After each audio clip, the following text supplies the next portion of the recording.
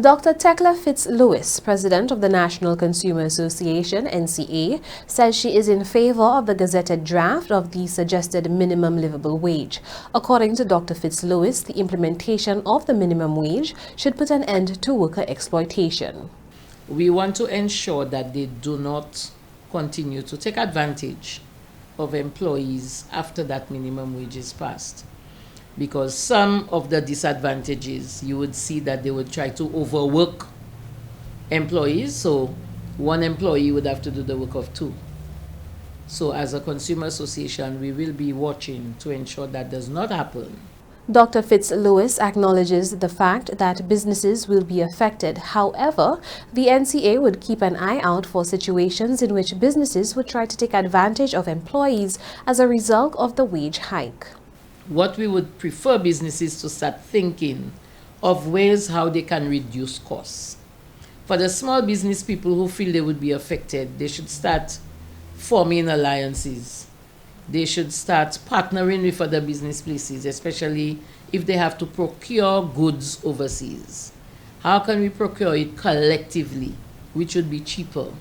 Where can we get goods at a cheaper rate that we do not have to incur too much cost on us? Are there things that we can procure locally rather than buying it regionally or internationally to cut costs? So we want to ensure as a consumer association that businesses do not take advantage of the minimum wage increase to take advantage of employees. Apart from cutting costs, she also urged businesses to take a look at their internal spending, which should prevent a price hike from certain businesses when the minimum wage is implemented. Despite the growing productivity problem in St. Lucia, the NCA president notes it is not a valid reason to raise prices. They can look at their internal operations and how they can decrease it. What we would want them to increase is customer service training for their employees, so that persons can feel that they get value for money when they walk into a business place, not to just put a price hike. I mean, I cannot speak on behalf of the government, whom I know their machinery would be monitoring price hikes.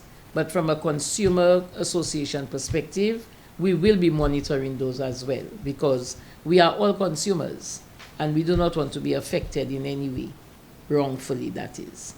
The proposed minimum wage based on the circulating Gazette draft is $1,126 monthly or $6.50 hourly. These amounts do not include other remunerations that an employee is entitled to, such as overtime, share of service charge, profit sharing, commission, or bonuses.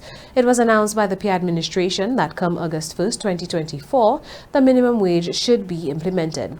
For Choice News Now, I am Chelsea Austinay.